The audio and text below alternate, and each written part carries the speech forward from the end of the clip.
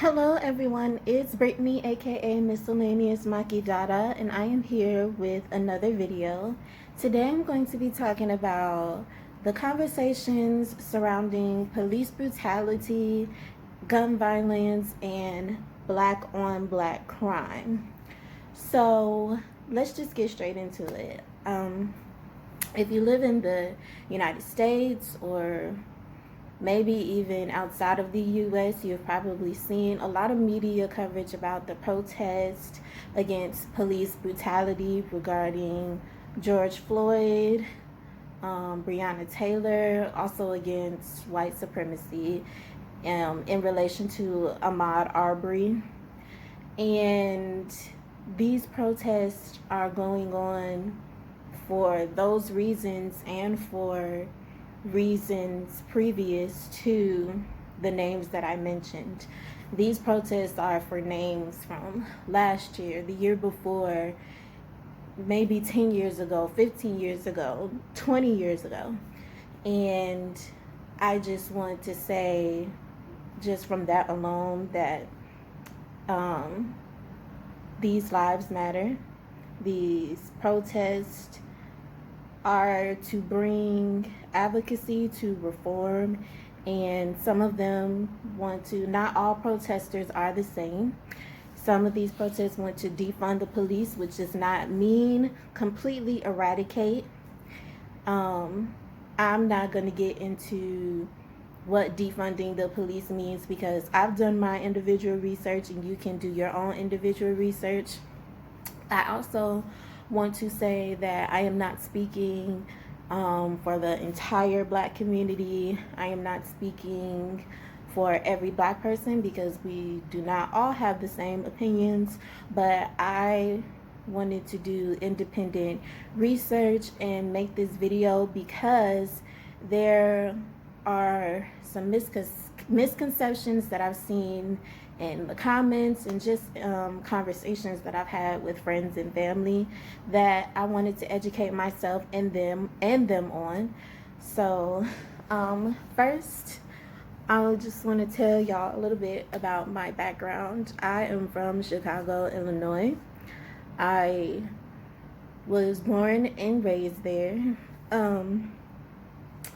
I was very much aware of gun violence growing up in Chicago because my parents wouldn't allow me to go to certain parks because that's where a lot of gang activity would be done, and sometimes not gang activity, sometimes just random fights would break out.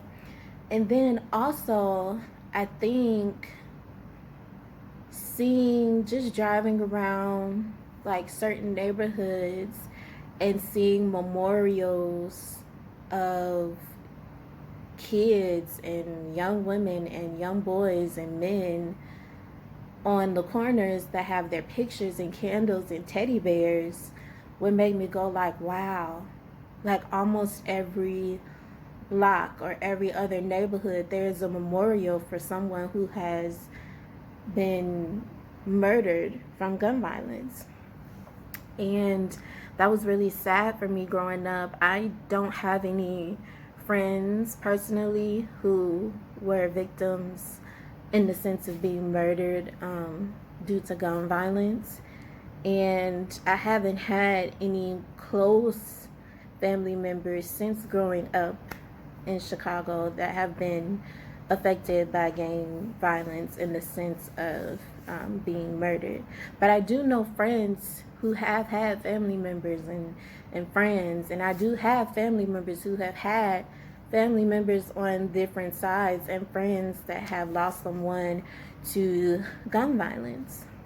And just with independent conversations with my friends when we talk about, politics or things of the world, I always say, from my perspective, again, this is from my perspective, Chicago, because they will ask me, why is this so bad in Chicago? Why is there so much shooting? And I say, again, from my perspective, Chicago doesn't have a drug problem. Chicago has a gang and territory problem. And that stems from lack of resources, one. So when you have elected officials, governors, city council members, or XYZ, who take funding from building parks, after school programs, shutting down certain schools, middle schools, some high schools, it makes you wonder, okay, what can my kids do? Because, you know, you don't want your kids to be in the house all day. So, yeah, of course they're going to go out and play outside. But when there's no parks really around, or no after school programs, and even if there are parks in the neighborhood, but again, like how my parents did, they didn't want me going to certain parks because of the gang activity or fights that would break out and the fear of random gun violence. What do you do? What do you do? And as far as the gang issue, I don't really have a lot of knowledge on different types of gangs and how they get started and all that stuff. I do know that gangs were intentionally started to protect the communities from the police. And I saw this in a documentary once, that information that I just said. I can't remember what documentary it was, but when they said that, I was just like, wow, I didn't know that, you know, from the media and what I would hear growing up. I just thought gangs were started to, you know, get money and, you know, sell dope or whatever. Of course, I knew that it had the derogatory affiliation with gun violence and killing and homicides and things of that nature, but I really didn't know. So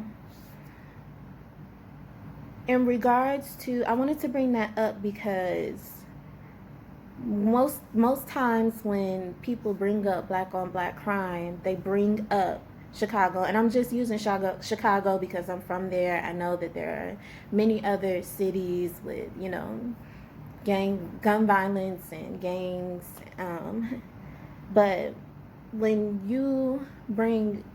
most people that I've seen and heard bring up black on black crime, it is almost always associated with gangs. But like I said earlier, there is a deeper rooted issue with the crime that happens in predominantly black communities.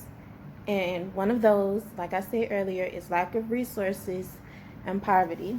I took some notes because, as I said earlier, I did some research.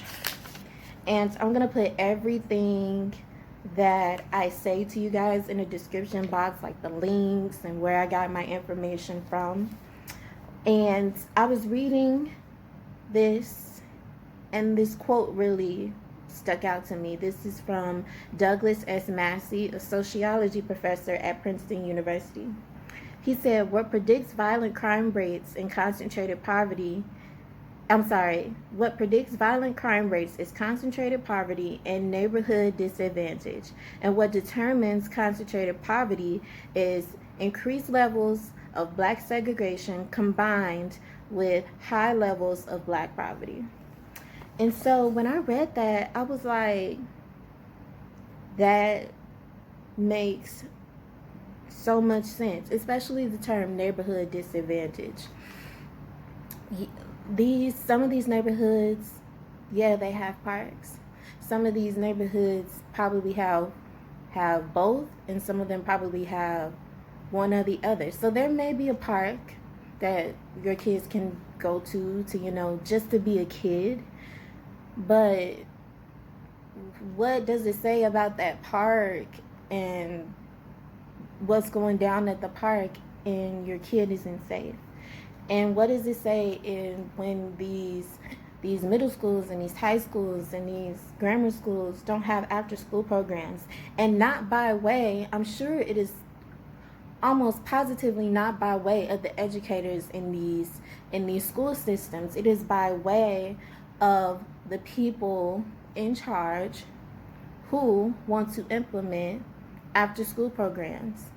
So kids won't have to be fearful of, oh, I gotta go to the park today. Or even just walking to the library that is 5 blocks away or maybe 10 blocks away, or catching the bus to the library just so they won't have to be outside all the time. But what does it say when your library is 15 miles away from your neighborhood? So you either have to walk or catch the bus. And then even that is fear of in itself, because something could happen to you walking and something could happen to you on the bus.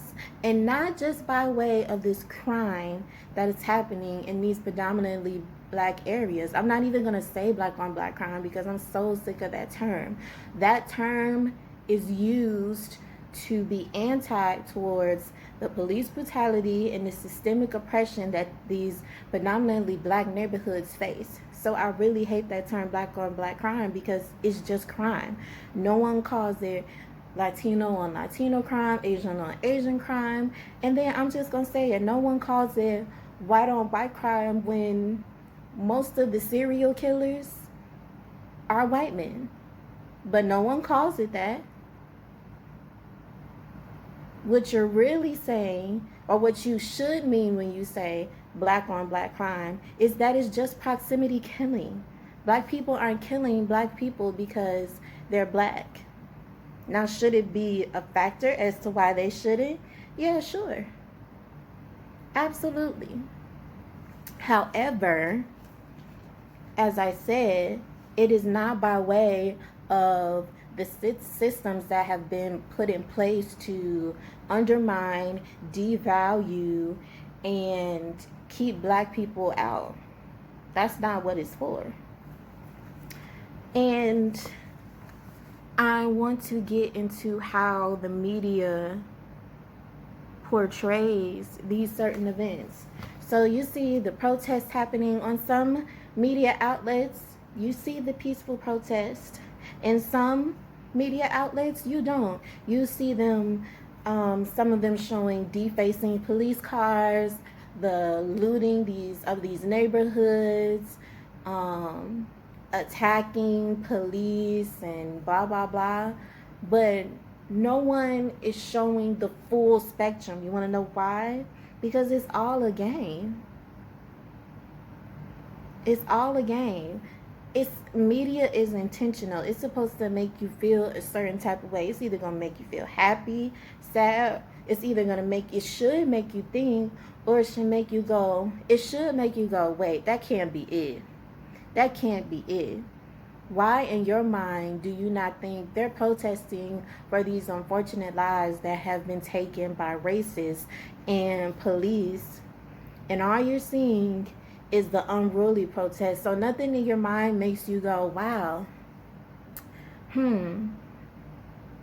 why would they start off so well and then get so unruly?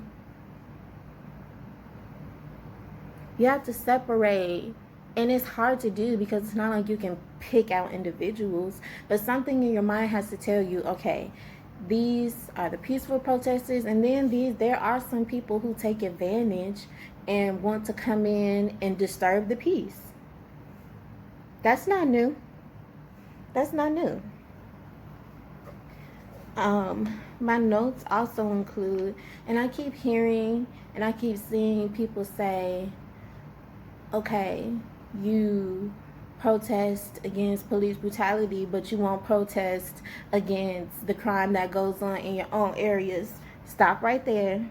Stop right there. And this goes into what media doesn't show you or won't tell you. From my own independent research, I found so many organizations that combat gun violence and gang violence in these communities. And let me tell you what I typed in. All I did when I went to Google All I typed in was gun violence prevention. I typed in 3 cities. I typed in gun violence prevention, Chicago, gun violence prevention, New York, and gun violence prevention, Detroit. And so many links and news articles about these organizations led me to these organizations, and I was like, wow, all that.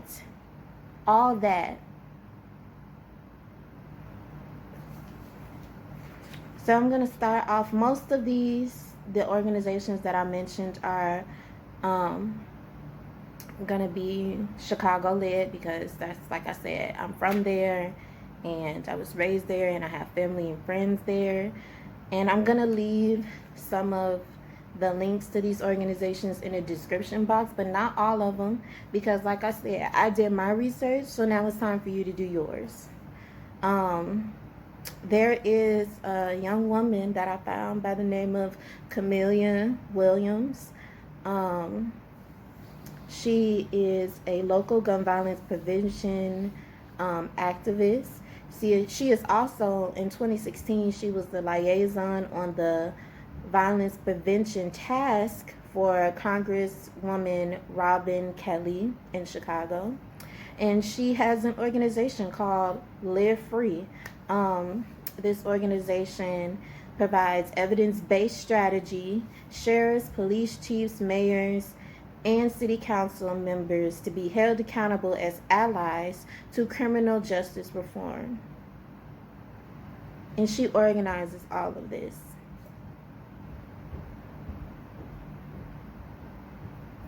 You didn't know about her, did you? I didn't know about her until yesterday when I did this research. And I'm not giving you these organizations to say, ha, you're wrong, because you're absolutely right. There is an issue with crime in predominantly black neighborhoods. But I have found so many prevention groups that are helping with that. So I know that Camellia Williams, she has her Facebook page that she shares certain information on. But also look up Live Free Chicago. I believe that there's a Facebook page for that. The next one, Build, Broader Urban Involvement and Leadership Development. Again, this is in Chicago.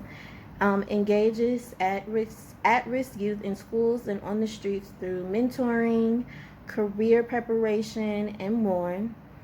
They have volunteer opportunities, internship opportunities, and if you are interested, you can email volunteer@buildchicago.org, and their Instagram is buildchicago. Now, I looked up their Instagram. They don't have a lot of posts, but hopefully with this video and the other organizations that I'm sharing, they'll be able to, post more information so you can get out there and help, because you can fight both. It doesn't have to be one above the other. You can simultaneously fight the crime in your neighborhoods to keep your children and your nieces and your nephews safe, and protect them against some of the police agencies that just so happen to be very racist.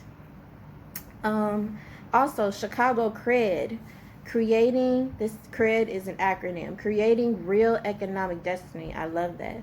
Social impact organization with a focus on reduction in Chicago gun violence. You can visit www.chicagocred.org. They also have an Instagram. Get in Chicago. Reduce youth violence and address underlying systemic issues. They partner with community-based organizations and public agencies to offer therapy, and they have youth baseball leagues in the Austin, Inglewood, and North Lawndale areas. For more information, you can visit www.getinchicago.org or email info@getinchicago.org. They also have a postdoctoral fellowship. I thought that was cool. MASK. I think this is an acronym. Mothers, Men Against Senseless Violence. This is a fight to end gun violence and gang violence in affected neighborhoods. They have a website and a Facebook page.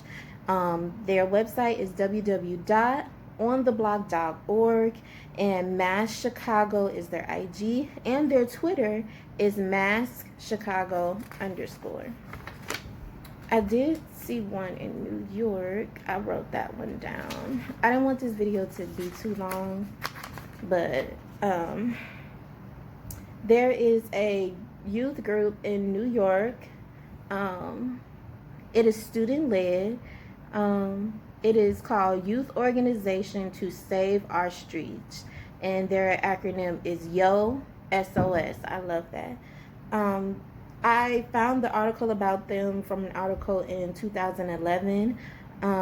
This is about at the time it was about 13 students. I'm sure it's more now, but you know, within this organization, they attend weekly workshops where they examine the nature of gun violence, and most of their campaigns happen in the Crown Heights community of New York, and they have started the Crown Heights community discussion. So that was just to name a few organizations that promote, you know, the end to gang and gun violence in these disadvantaged neighborhoods. And it was such a simple search. So now I don't want to hear any more business about, oh, why aren't they protesting against the crime in these neighborhoods, where they are, but they're probably doing it in different ways. They're doing it through organizations. They're doing it through student-led, community-led organizations. That's how they're campaigning for reform. And maybe they are protesting, but as some of us should know, the media won't show you everything.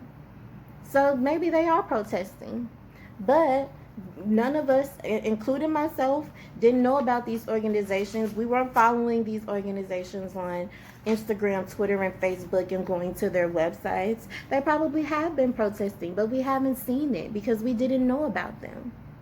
But now you know. So I have a question. What are you going to do about it?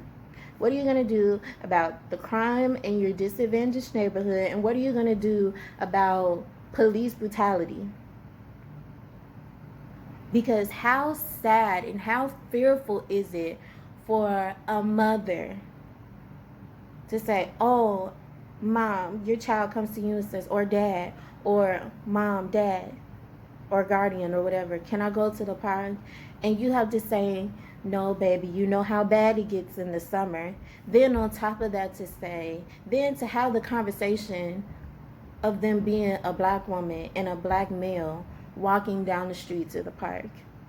Don't walk with your hands in your pocket. Don't have headphones in your ears. Don't have on a hoodie. Wear bright colors so they can see you if you just so happen to be walking home at night. We can fight both. You can care about both at the same damn time. That's all I got to say. I hope you guys enjoyed this video. If you found it to be informational and educational, please like, comment, or subscribe. Share with your friends and your family. Teach the older generation. Teach this generation, and let's get to combating all these systems that are against us, because it can be done.